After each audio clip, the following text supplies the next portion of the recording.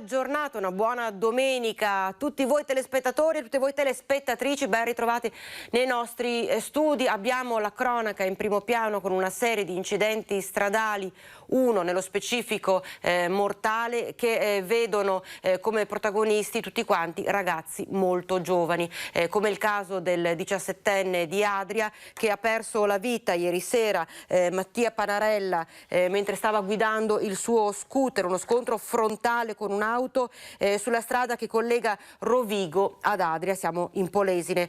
Dalle prime informazioni il giovane, per causa in corso d'accertamento, avrebbe invaso con il mezzo la corsia opposta, si è scontrato con l'auto che proveniva dal senso opposto di marcia. Lo schianto è avvenuto in località Valliera, nonostante i soccorsi per il 17enne non c'è stato nulla da fare.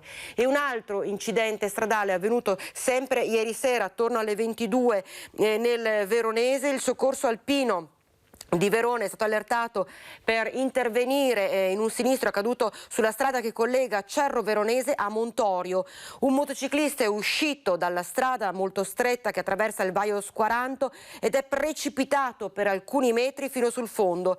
Sul posto un'ambulanza, l'automedica e i vigili del fuoco, si è portato anche un soccorritore che tra l'altro vive proprio nelle vicinanze. Una squadra è partita da Verona, il soccorritore ha aiutato a sollevare dalla scarpata verso l'alto il giovane, un 25enne veronese rimasto ferito, che è stato poi trasportato all'ospedale. E invece nel Trevigiano un neopatentato, quindi giovanissimo, completamente ubriaco alla guida della sua auto, ha travolto un gruppo di ragazzi che stava camminando. Alla guida dell'auto di papà nel cuore della notte, dopo aver alzato il gomito, le sgommate, la gincana e poi la vettura fuori controllo che piomba su un gruppo di ragazzi che camminano sul marciapiede. In 4 riescono a scansarsi, il quinto, che conduceva a mano una bici, non ha fatto in tempo ed è stato travolto e scaraventato a distanza. È ricoverato in gravi condizioni al Cafoncello un 21enne di Monza, in vacanza nella Marca, ospitato da parenti. L'auto, condotta da un 20enne trevigiano, dopo l'impatto ha preso fuoco ed è stata completamente divorata dalle fiamme. È accaduto alle 2:40 della scorsa notte in via Scatolin, zona industriale sud a Quinto di Treviso. Dopo l'incidente, tra i numerosi ragazzi presenti, gli animi si scaldano, 2 gruppi si fronteggiano. A sedare la rissa che sta per scoppiare arriva una volante della polizia. Il ferito viene soccorso dai sanitari e portato in rianimazione a Treviso. I vigili del fuoco spengono l'incendio. Una pattuglia della polstrada di Castelfranco effettua i rilievi. Il 20enne neopatentato risulta avere un tasso di alcol quasi 4 volte il massimo. È stato denunciato. Per ricostruire la dinamica esatta dell'incidente verranno esaminate le immagini delle numerose telecamere della zona. Di certo i giovani avevano trascorso la serata nel vicino locale Frontenoalese e le tracce della notte brava sono ancora ben visibili. Non è la prima volta che le vie della zona industriale vengono utilizzate come un autodromo e chi qui ci abita, come Roberto Soligo, la casa adiacente al capannone aziendale, non si stupisce nemmeno più quando sente un botto nel cuore della notte. Si è sentito sto colpo, però diciamo che abituati a sentire le botte su per le cordonate delle macchine non abbiamo fatto caso. Poi all'arrivo dei pompieri e polizia si capiva che c'era qualcosa di grave, ma diciamo che è un'abitudine, sta diventando purtroppo un'abitudine per la zona. Le tracce delle fuoriuscite e degli urti sui cordoli dei marciapiedi sono evidenti e specie nei fine settimana le vie si affollano di ragazzi fino all'alba. Alle 5 di mattina si vedono ragazzine di 14-15 anni qua che sbraitano, urlano, ragazzine anche, quindi i ragazzi bevono e dopo una certa ora iniziano le gincane, iniziano a correre in macchina e succede quasi ogni sera, qualche colpo si sente, insomma qui. Giovani, giovanissimi protagonisti, ne parleremo anche proprio nel corso del nostro telegiornale di altri episodi che vedono soprattutto minorenni in primo piano per quanto riguarda la cronaca. E adesso vediamo invece i dati che sono stati divulgati da Azienda Zero, vediamo che variazioni ci sono state nelle ultime 24 ore per quanto riguarda i nuovi contagi. Se ne contano 316, quindi 316 nuovi contagi da coronavirus, un totale cumulativo di 467.943. Negli ospedali com'è la situazione? Andiamo subito allora assieme a visionare bene questo -6, quindi 6 pazienti in meno in area non critica e un solo paziente in più in terapia intensiva. Il dato che fa sempre riflettere invece è questo 2 che è legato alle persone che nelle ultime 24 ore non ce l'hanno fatta, hanno perso la vita. Vaccinazioni. 15.990 le nuove dosi somministrate, di cui 6.909 sono prime dosi. I cicli completati invece sono 8.331. Il totale delle vaccinazioni che sono state somministrate a oggi in Veneto è pari a 6.802.295. 89,5% è la percentuale delle dosi somministrate alle persone sulla base delle dosi fornite. A proposito di vaccinazioni e di situazione di raggiungimento di quella che viene definita immunità di gregge, il Veneto orientale sta andando decisamente bene.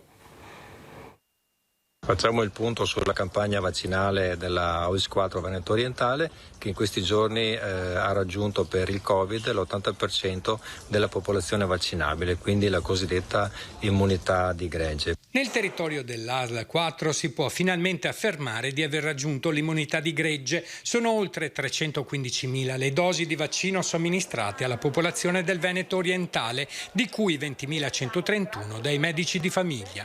In termini percentuali significa che l'80% della popolazione è stata vaccinata.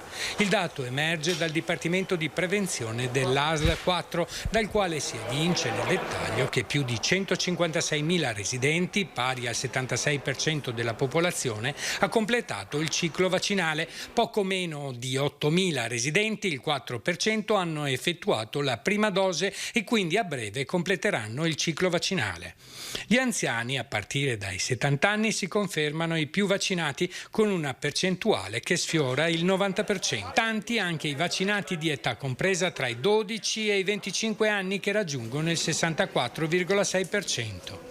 Molto bene nella campagna vaccinale, soprattutto i giovani dai 12 ai 25 anni, ai quali avevamo dato l'accesso libero, che in questo periodo, nel periodo estivo e post-estivo, hanno aderito in maniera molto importante. La decisione di rendere obbligatorio il Green Pass nei luoghi di lavoro dal 15 di ottobre ha recentemente incentivato le prenotazioni di prime dosi. Nei prossimi sabato e domenica i centri vaccinali dell'ASL 4 saranno aperti per accogliere 25.000 persone reclutate con chiamata attiva o lettera a domicilio, in età compresa tra i 30 e i 59 anni, che non si sono ancora vaccinate. Ci prepariamo ad affrontare la stagione autunnale con una sicurezza che chiaramente ci permette di essere tutti più tranquilli, ma sempre con attenzione ai comportamenti e all'utilizzo dei dispositivi di protezione. Terze dosi di vaccino, persone fragili, soprattutto anziani, case di riposo, lavoratori delle case di riposo, ne parliamo subito dopo la pausa.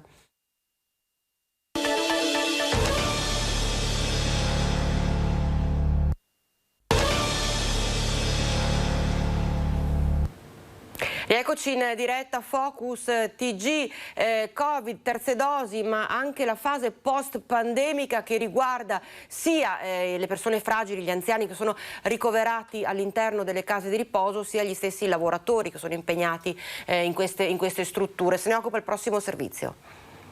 Il confronto tra le case di riposo presenti nella Marca e l'ASL 2 si è consolidato ulteriormente nella fase della pandemia. Superata la fase più critica, che ha coinvolto i centri dei servizi per anziani, sono emerse le debolezze del sistema sanitario. I sindacati di CGIL, CISL e UIL chiedono un tavolo di confronto sulla base di nuove linee guida in grado di incentivare nuovi investimenti per mettere in sicurezza le strutture, i lavoratori e gli ospiti. L'appello del segretario generale della CGIL di Treviso, Mauro Visentin. Noi di fatto chiediamo di provare a fare il punto della situazione, anche dopo tutta la situazione pandemica che è stata in qualche maniera un terremoto per quanto riguarda il sistema sanitario, e provare a ripartire rimettendo al centro i servizi alla persona, rimettendo al centro la qualità dei servizi, rimettendo al centro i livelli di assistenza già definiti dalla Regione. Quali le criticità secondo voi più eclatanti? Allora la mancanza di medici, la mancanza di personale e dall'altra parte provare a dare un servizio omogeneo in tutto il territorio, perché abbiamo situazioni di difficoltà a macchia di leopardo, magari in una realtà con un servizio USCA migliore e in un'altra realtà invece col servizio dei medici migliore, per cui provare a mettere insieme le positività e a dare un servizio omogeneo e positivo per tutto il territorio.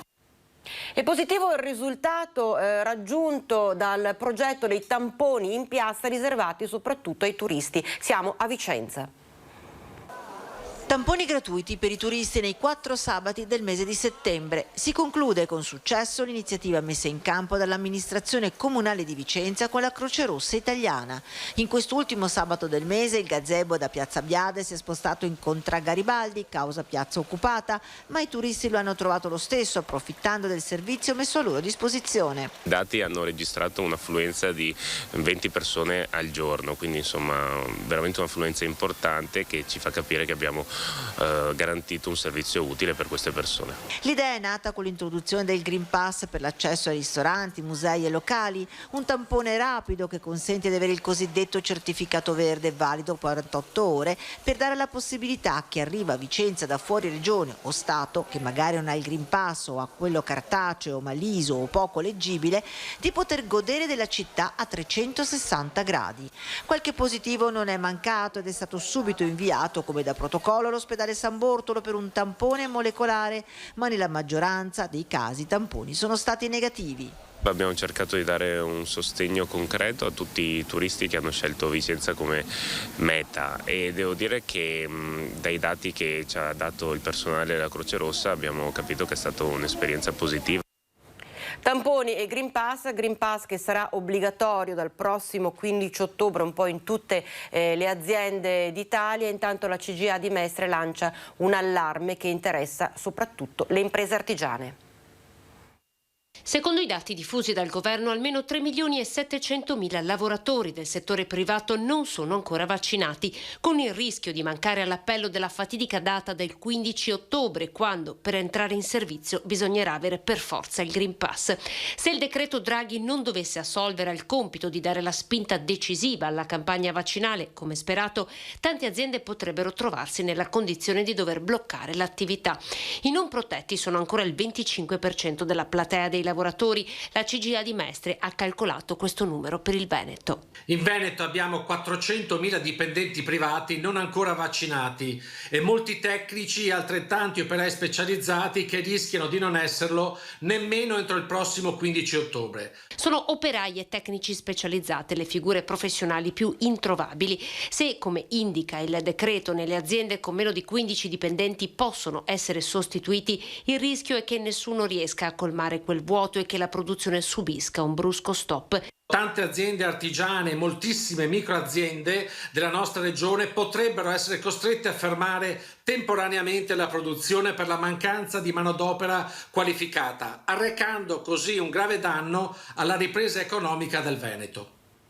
Strutture un po' anche in tutta la regione che erano state adibite a punti vaccinali, sedi vaccinali, e adesso insomma la situazione sta progredendo, di conseguenza sono stati individuati precise strutture, precisi edifici, tanti altri sono stati dismessi, come il palazzetto di Ponte di Piave, palazzetto dello sport, che non è più sede vaccinale ma è stato dedicato alla pallavolista Sara Anzanello.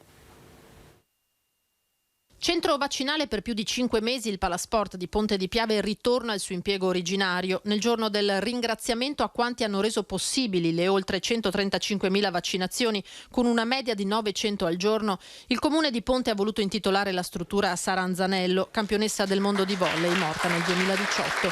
Da una parte il coraggio di Sara contro la malattia, dall'altro il coraggio dei sanitari, dei volontari, degli amministratori contro il Covid-19. La nostra campionessa è davvero un ricordo a lei che ha voluto lottare, ha dato tutta se stessa, un esempio per le giovani generazioni e un grazie a tutti i volontari, al personale sanitario, a tutta la squadra e dei colleghi sindaci e delle nostre società sportive che hanno capito l'impegno del territorio verso un bene più grande che è la popolazione. A Ponte si chiude un capitolo, ma nell'intero territorio veneto si apre una nuova fase. Diciamo che siamo nella fase della convivenza in cui continua la campagna vaccinale con numeri sicuramente ridotti, perché noi siamo con le prenotazioni all'81,7%, quindi un risultato molto importante. Oggi stiamo già ragionando sulla terza dose, aspettiamo le indicazioni, poi si inizierà a novembre anche con l'antinfluenzale, quindi sicuramente ancora sul campo, ma con dimensioni diverse e con presidi anche diversi.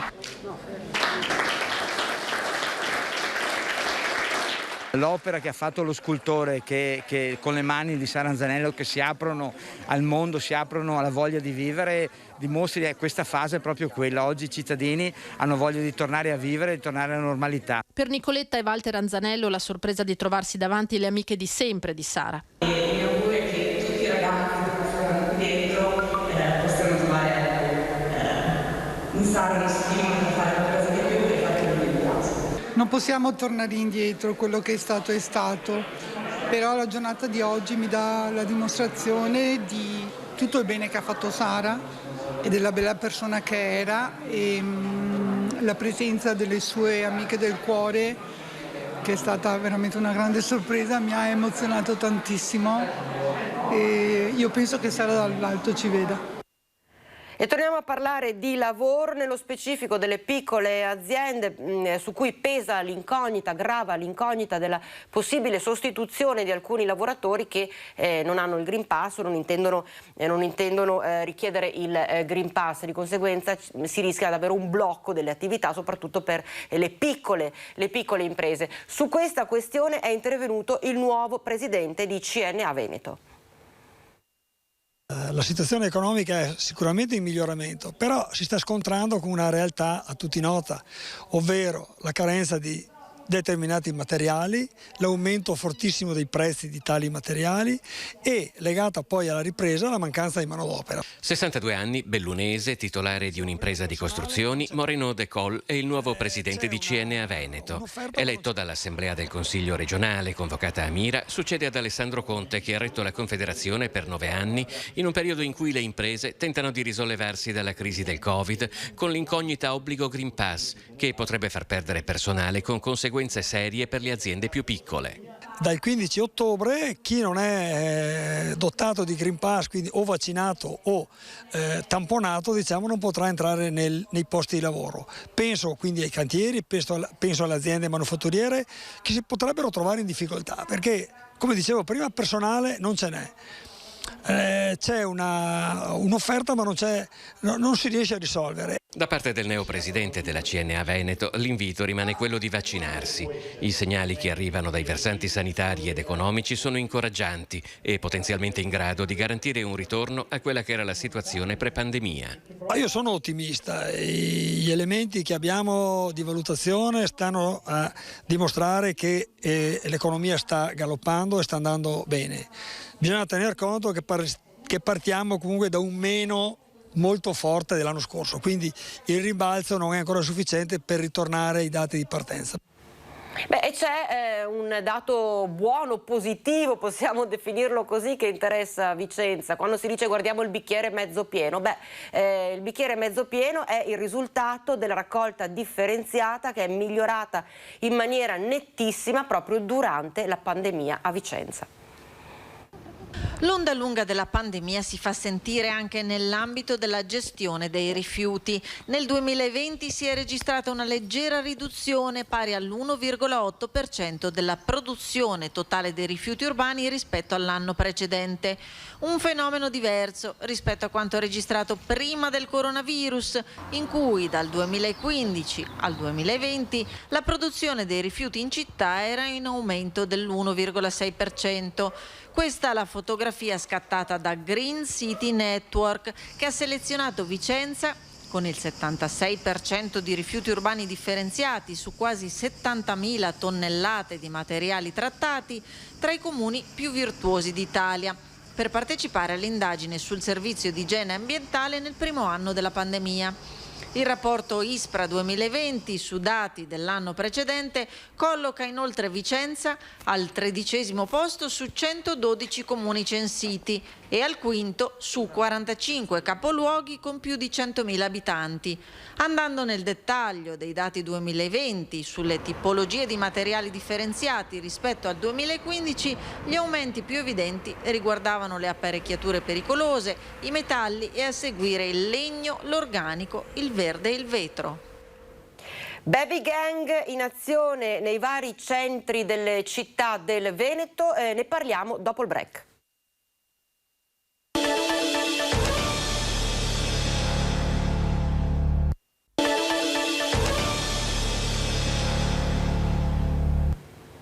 Siamo nuovamente in diretta, Focus TG, lo avevo annunciato nel corso del nostro telegiornale, avremmo parlato anche di ulteriori episodi che vedono come protagonisti giovani, minorenni, che stanno organizzando soprattutto sui social, come si possono definire, delle risse itineranti, ecco, perché si mettono d'accordo, puntano una città, un paese, si ritrovano, come è accaduto a Treviso, in più di 1000, quasi 1600 giovanissimi, e lì fanno il pandemonio. È accaduto a Treviso, ma poi si sta spostando questa cosa anche in altre città, lo vedremo nei nostri servizi. Intanto andiamo a Treviso e vediamo cosa è successo. Sono tornati, come avevano fatto intendere sui social network. In 300 si sono riversati in centro storico con una scena fotocopia, quella già vista lo scorso sabato, ma questa volta le forze dell'ordine erano schierate. A decine li hanno incontrati tra la stazione ferroviaria e via Roma. Il loro intervento tempestivo è riuscito a bloccare una rissa che stava scoppiando proprio lì in via Roma tra due ragazze. Altri due giovanissimi poco prima erano venuti alle mani in piazza Duomo. Lo racconta un testimone. Ho visto i ragazzi che hanno iniziato a urlarsi dietro e hanno iniziato a gruppetti a raggiungersi, e dopo è intervenuta la polizia e ha iniziato a disperderli per le vie della città, tutti minorenni. Cosa si dicevano? Ma niente di particolare, si urlavano dietro tanto per attirare attenzione e fare scena. La rissa sventata intorno alle 16:30, i gruppi si muovevano a stormi, si davano appuntamento in vari punti della città, tenendosi però sempre in contatto tramite il cellulare, sempre dispersi dalle forze dell'ordine. Un dispiegamento di forze tra vigili, agenti di polizia e carabinieri poderoso, ma anche una grande campagna di prevenzione da parte della polizia locale. I ragazzi non si può dire che non fossero stati avvisati, alcuni sono stati identificati dai vigili oggi, decine nei giorni scorsi, e sono già 3 i minori che dovranno presentarsi in comando per gli episodi violenti di sabato scorso, che oggi dunque non si sono verificati, stanati sul nascere grazie ai controlli. Controlli che in un caso sono addirittura stati contestati da un genitore che ha chiamato in comando per avere spiegazioni sul perché la figlia fosse stata ripresa e identificata, interrompendo così di fatto un pubblico servizio. E appunto questi episodi itineranti sono stati definiti così dallo stesso assessore alla sicurezza di Bassano del Grappa, Claudio Mazzocco, perché anche a Bassano si sono verificati questi episodi. Nello scorso fine settimana sono stati, come è successo a Treviso, arginati grazie proprio al tempestivo intervento delle forze dell'ordine, che in maniera unita, quindi polizia locale, polizia di Stato, carabinieri, insomma hanno agito e hanno evitato che succedesse il peggio. Certo è che soprattutto gli amministratori dicono tolleranza zero. E la nuova moda, risse itineranti pianificate sui social da gruppi di minorenni che decidono una meta dove creare scompiglio. A Treviso, a Vicenza, Tiene, anche a Bassano. Nella città ai piedi del Grappa fondamentale il lavoro di squadra di tutte le forze dell'ordine, soprattutto nel fine settimana, che agendo in maniera capillare e massiccia hanno scongiurato il peggio. Ma se il piano di queste gang viene sventato, il copione, dichiara l'assessore alla sicurezza Claudio Mazzocco, si ripete in un'altra città, in un altro paese. L'imperativo è mai abbassare la guardia. Sono persone giovani che si autocomodano attraverso i social e si dirigono in qualche città per menarsi oppure per disturbare, per far casino, tutte quelle cose. Tra le altre cose ho notato che a Treviso la settimana scorsa erano in 1000. Qui a Bassano l'altro giorno era un centinaio, poco più. Alcuni arrivano da Vicenza, alcuni da Tiene, ma anche dai paesi limitrofi, Romano, Cassola, come abbiamo avuto modo di vedere la settimana scorsa, perché ne abbiamo portati alcuni al comando, identificati, e abbiamo fatto anche altro per capire come si muovono. Adesso abbiamo anche una persona incaricata che tiene d'occhio i social per vedere di queste autoconvocazioni e poter prevenire in maniera adeguata. Sì, perché a questo punto bisogna assolutamente sfoderare tutte le armi possibili. Guardi, qui su questo non c'è dubbio, noi faremo tutto il possibile perché se ne siano lontani. Purtroppo se non vengono a Bassano, purtroppo vanno da un'altra parte. Punti sensibili il centro storico, da Terraglio verso il ponte, Prato Santa Caterina, che di solito è la loro base, e poi da lì sciamano verso il centro città. E un altro minorenne a 14 anni, protagonista dell'ennesimo episodio di cronaca, è stato arrestato assieme a un complice mentre stava rubando all'interno di un appartamento grazie alla segnalazione di un cittadino. Siamo a Padova. Arrestati sul fatto mentre stavano tentando di forzare la serratura di una porta di una casa alla Guizza. Una 25enne italiana e un ragazzo croato di 14 anni sono stati scoperti dagli agenti delle volanti grazie alla segnalazione di un cittadino. In questura, nella borsa della donna, sono stati trovati diversi gioielli, alcuni riconosciuti dalla proprietaria dell'abitazione, e un pezzo di plastica rigida per aprire porte e finestre. Arrestata la donna per furto aggravato, denunciato e affidato a una comunità il 14enne. Adesso parliamo di femminicidi perché è intervenuta la consulente criminologa e ha parlato dell'orrore che sta aumentando soprattutto in quest'ultimo periodo, e ha dichiarato la prevenzione inizia soprattutto a scuola. 83 femminicidi in Italia da inizio anno, 7 negli ultimi 10 giorni, che hanno insanguinato anche la nostra regione. Numeri dell'orrore statisticamente avvenuti, per la maggior parte in ambito familiare, dati di un dramma che richiama riflessioni e coscienza pubblica. Sul tema della prevenzione la scuola riveste un ruolo chiave, spiega Sabrina Donò, docente dell'Istituto Superiore Giorgi Fermi di Treviso, già insegnante nella scuola carceraria della Casa Circondariale di Treviso e consulente criminologa, che sottolinea l'attenzione rivolta alle tematiche di educazione civica. Noi lo facciamo nelle scuole, ad esempio, già a partire dalla scuola media ci sono progetti che aiutano a combattere il femminicidio, a spiegare ai ragazzi, maschi soprattutto, che cosa significa il rispetto di genere, il rispetto verso l'altro in generale ovviamente.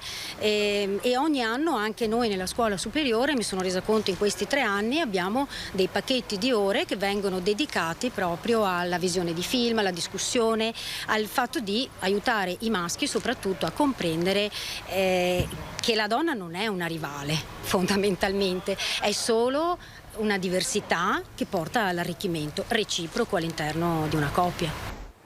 E sono ancora tanti i dubbi legati al suicidio di Giacomo Sartori, il 30enne originario di Mel nel Bellunese, che si era trasferito da qualche anno a Milano. A Mel il silenzio del cordoglio, a Milano le ipotesi e gli accertamenti. Due facce di una stessa tragedia, quella di Giacomo Sartori, di una vita finita a 30 anni con un cavo elettrico stretto al collo, appeso a un albero, accanto a una cascina, nel Pavese. Modalità da suicidio, ma l'attesa per l'esito dell'autopsia fa capire come i carabinieri del nucleo investigativo di Milano vogliono procedere con la massima cautela su questo dramma, il cui epilogo è avvenuto dopo 6 giorni di ricerche. E il primo dubbio sta proprio qui. Dopo il ritrovamento dell'auto, la zona è stata battuta palmo a palmo. Possibile che nessuno abbia notato il corpo appeso all'albero, come poi è stato trovato ieri? Cruciale ricostruire le ultime ore del giovane tecnico informatico che da qualche anno aveva lasciato la sua Mel per Milano. Oggi come ieri in paese nessuno ha voglia di parlare. Il sindaco Stefano Cesa ha chiesto un profilo basso per rispettare la famiglia. Ma a Milano si continua a cercare di capire. Perché Giacomo, dopo il furto dello zaino nel bar con gli amici, prende l'auto e si dirige a oltre 20 km dalla sua zona?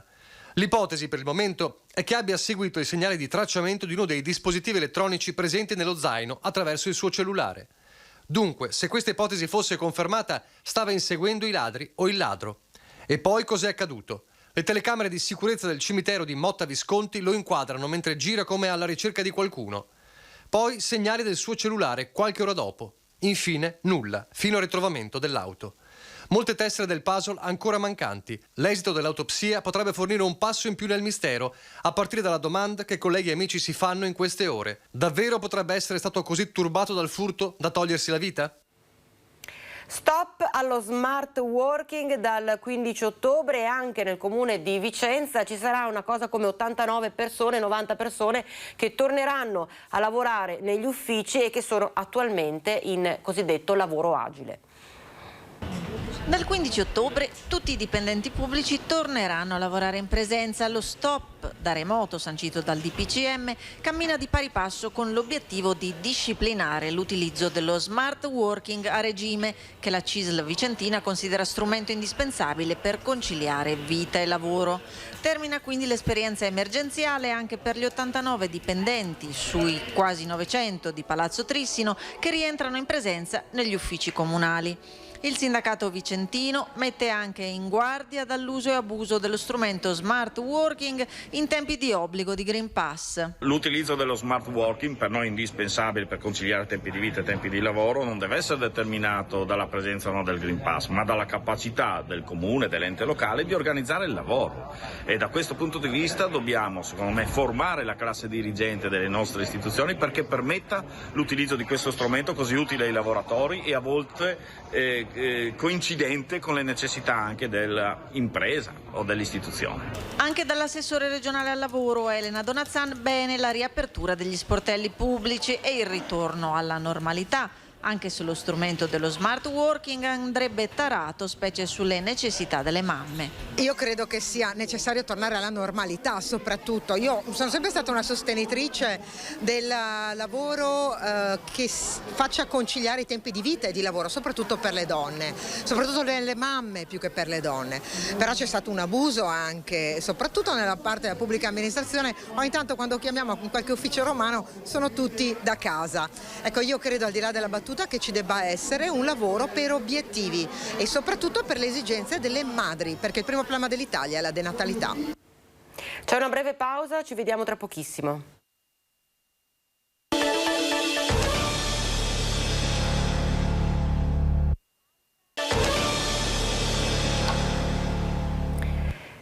Parliamo adesso di Pedemontana Veneta perché il sindaco di Cornedo Vicentino Francesco Lanaro chiede che venga posta un'esenzione in un raggio di 10 km ai residenti e alle attività che operano appunto nel suo comune. Sentiamo.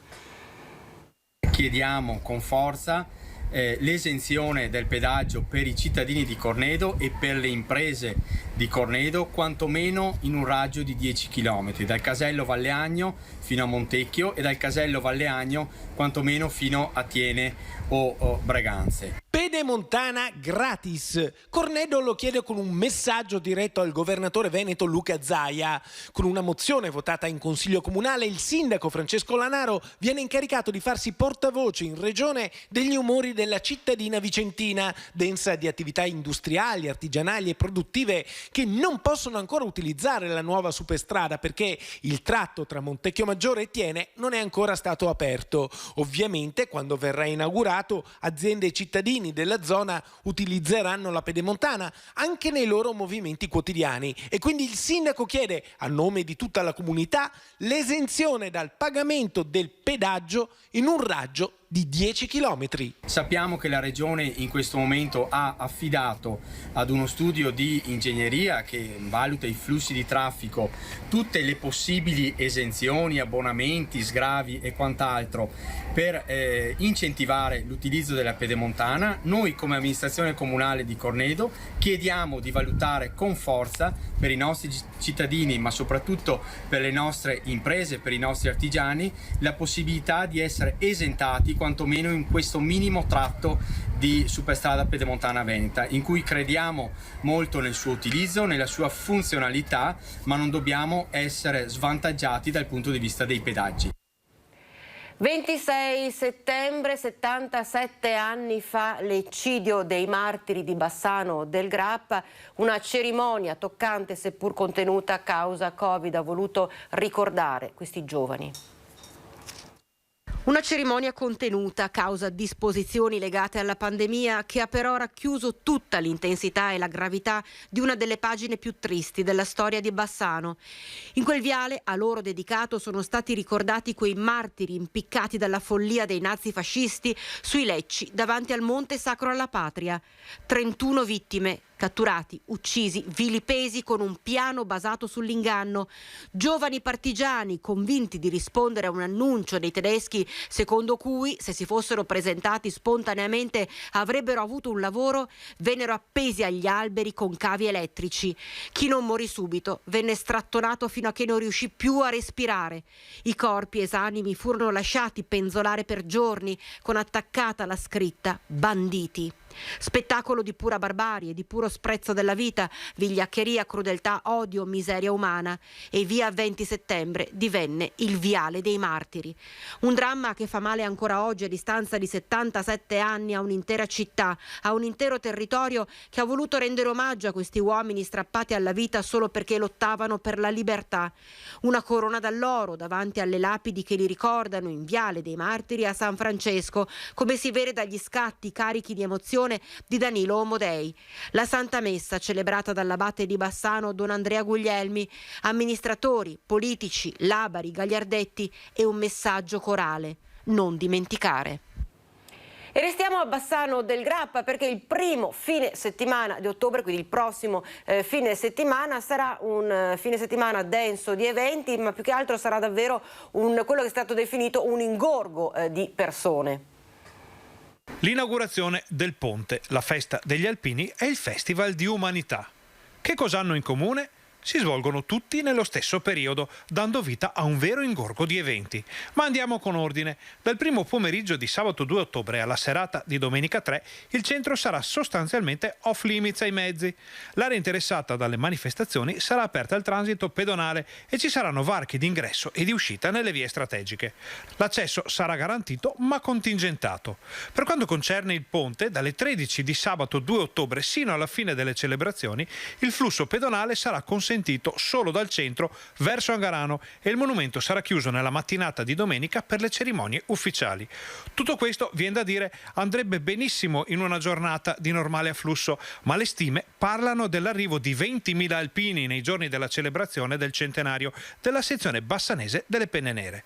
E sabato 2 ottobre è in programma nel Parco Ragazzi del 99 una manifestazione che potrebbe portare a Bassano migliaia di persone, forse decine di migliaia, data la presenza di ospiti del calibro di Enrico Montesano, Paolo Rossaro, Daniele Trabucco, che per temi di grande attualità sono di enorme richiamo addirittura nazionale.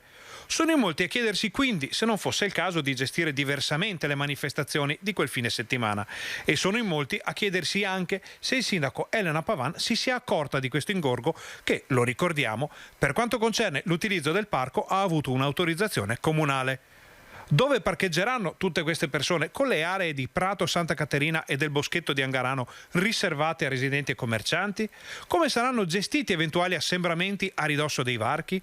Cosa verrà detto a chi si presenta ai varchi nei momenti di maggior affollamento? Domande, domande, domande. Sarebbe bello che ogni tanto però le domande se le facesse anche qualcun altro. E invece è stata una serata davvero intensa quella di ieri, perché Piazza Libertà è stata invasa, è tornata a essere invasa da tantissime persone che hanno assistito all'esibizione della fanfara della banda Cadore. Ma vediamo.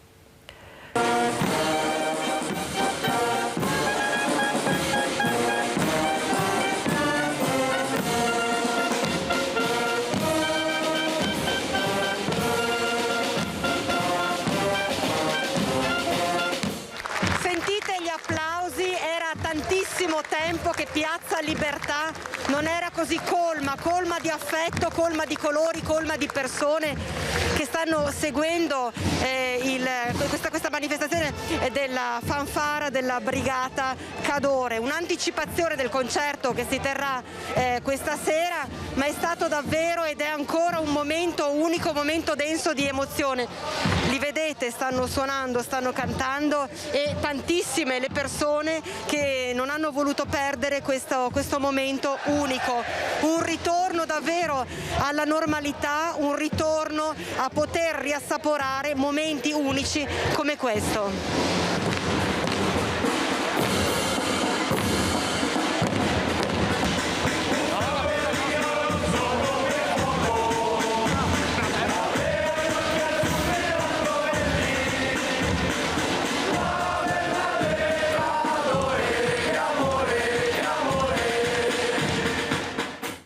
Una nuova ambulanza per il SUEM 118 di Cittadella. Una nuova ambulanza per l'associazione di volontariato SOS Alta Padovana di Cittadella, che dal 2008 si occupa di servizio SUEM 118, trasporto malati, consegna farmaci, servizio di soccorso in manifestazioni sportive e culturali, formazione nelle scuole di tutti i gradi e alla cittadinanza e attività di carattere sociale. Il nuovo automezzo è stato donato dalla Fondazione Solidarietà di Pozzetto, non solo per rispondere alla normativa regionale sulla anzianità dei mezzi di soccorso, ma, come ha sottolineato il presidente Antonio Martino, per la stima e l'ammirazione che il CDA della Fondazione ha per i volontari di SOS Alta Padovana. Erano in una quindicina nel 2008, ora sono oltre 100, 3 le ambulanze in dotazione, più un'auto per la consegna dei farmaci e per altri servizi. L'associazione vive con le donazioni e i rimborsi per le attività che svolge in convenzione con l'ULSS 6, con alcune farmacie e per i servizi di trasporto.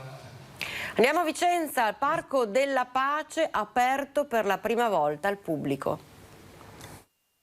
Una giornata storica perché cominciamo a far conoscere oggi ai vicentini un parco, un pezzo di parco importante, il Parco della Pace, un'opera che vedrà tantissimi vicentini frequentarlo, un'opera chiusa, circoscritta, videosorvegliata, dove si svolgeranno tutta una serie di attività, e soprattutto perché daremo spazio ad attività fondamentali come la protezione civile, come le attività sportive che troveranno ospitalità nella parte del parco più a nord. E quindi siamo contenti perché lasceremo in queste ore un ricordo ai vicentini, un primo ricordo di quello che il Parco della Pace sta diventando. Un evento per la città che con oggi permette ai cittadini di riappropriarsi di questa parte di Vicenza su cui per anni si sono fatti sogni e progetti che ora cominciano a concretizzarsi. L'occasione per questo primo Open Day è legato ad una ricorrenza specifica, un giorno dedicato alla promozione della tutela ambientale. Abbiamo utilizzato la visita al parco del cantiere inserendola all'interno del progetto delle giornate verdi, delle giornate ecologiche, quindi molte iniziative in città quest'oggi. In particolare oggi l'abbiamo voluto aprire e dedicare alle famiglie vicentine, perché questo parco deve essere per le famiglie vicentine, per i giovani, per gli sportivi. Non solo un veloce sopralluogo, la giornata è stata concepita come una vera e propria festa per accogliere e intrattenere. Tra le attività proposte anche la piantumazione di 200 nuove piante consegnate alle famiglie, che potranno classificarle con il nome di chi le ha messe a dimora. Un gesto simbolico in un'area di 630.000 metri quadrati, dove procede la piantumazione di 71.000 nuovi alberi. Un progetto complesso che procede a step progressivi. Positivo il bilancio per quanto è stato fatto finora. La progettazione sta proseguendo, c'è stato un piccolo ritardo legato al Covid e all'interruzione dei cantieri del 2020. L'azienda comunque sta recuperando molto bene, stiamo lavorando sugli hangar, in particolare dopo quello del Museo dell'Aria passeremo a quello della Protezione Civile. Lo sviluppo successivo, è notizia di qualche ora fa, siamo riusciti a dare il via libera anche alla progettazione esecutiva sulla parte sportiva, che vedrà una serie di interventi per lo sport che dedicheranno appunto spazi per i cittadini e per coloro che vorranno dedicarsi alle attività sportive. Sono arrivati a Venezia i discendenti dell'antiquario che salvò il pezzo più grosso del campanile di San Marco crollato nel 1902. Per più di 100 anni ha vissuto, per così dire, in incognito in un giardino privato di Dorsoduro a 2 passi da Campo Santa Margherita. Oggi la notizia del ritrovamento delle 4 tonnellate di quello che è stato ribattezzato il Toqueton, cioè il più grande pezzo esistente del campanile di San Marco crollato nel 1902, ha fatto il giro del mondo. Nel giardino privato di Palazzo Berlandis, che lo ospita, è arrivato a visitarlo da Gerusalemme Jack Arbib, presidente del Museo di Arte Ebraica Italiana, parente di Salvatore Arbib, l'antiquario che 119 anni fa lo salvò facendolo arrivare qui dove abitava.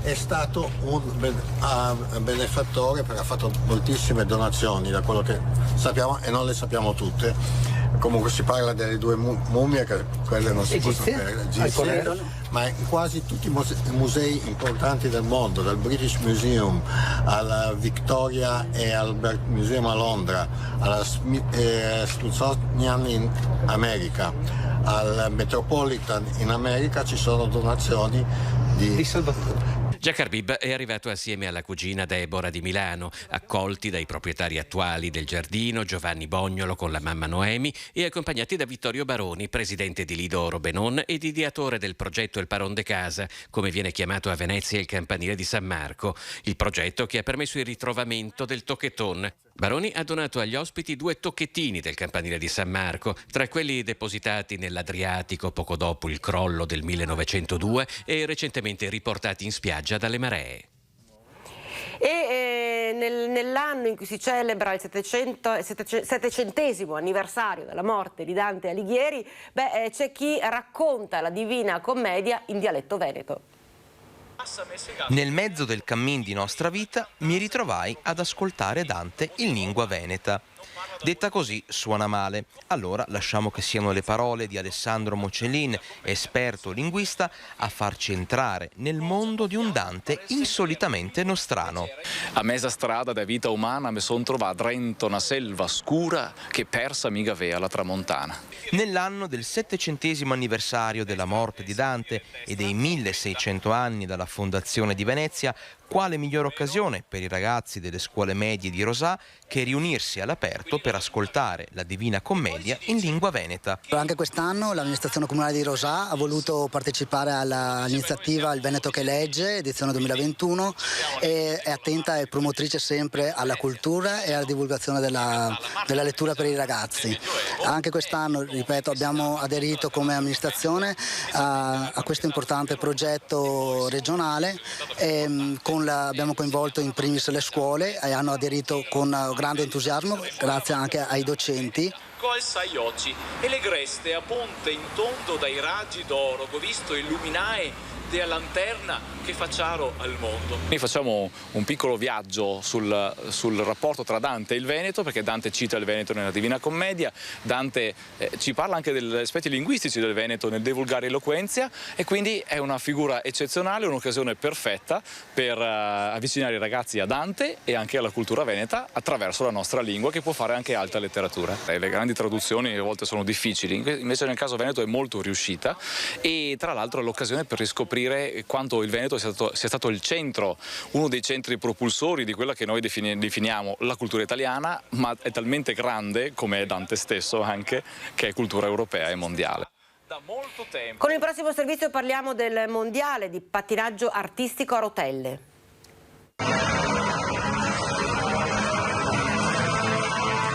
24 ragazze con un sogno conquistato ma ancora da vivere: andare a giocarsi il mondiale di pattinaggio artistico a rotelle in Paraguay. Il gruppo Crystal Skating Team, società che comprende atleti da diverse zone del Vicentino, ha ottenuto la qualificazione per la Kermesse sudamericana.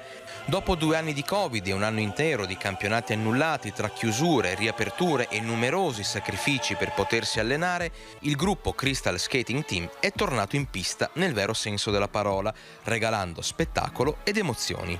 Siamo campionesse regionali e italiane in carica e questo ci ha permesso di appunto partecipare ai campionati europei che sono stati a Lleida in Spagna e successivamente di andare appunto ai prossimi campionati mondiali in Paraguay. Per partecipare a questa competizione la federazione darà un piccolo contributo economico, ma le spese da sostenere sono tante e a carico degli atleti. Essendo il pattinaggio artistico considerato uno sport secondario, comunque minore, la federazione non ci pagherà tutte le spese, quindi non siamo coperti dal punto di vista finanziario e stiamo raccogliendo, ci siamo mobilitati per raccogliere degli sponsor e per avere una buona base economica, insomma, per non dover supportare tutto di tasca nostra. Sul profilo Instagram del gruppo, in bio, c'è un link col quale poter accedere a una piattaforma per le donazioni. La partenza per il Paraguay è fissata per il 3 ottobre. Lo sport ci ha insegnato una cosa, che ai sogni non bisogna dare un prezzo. In questo caso basta un semplice aiuto.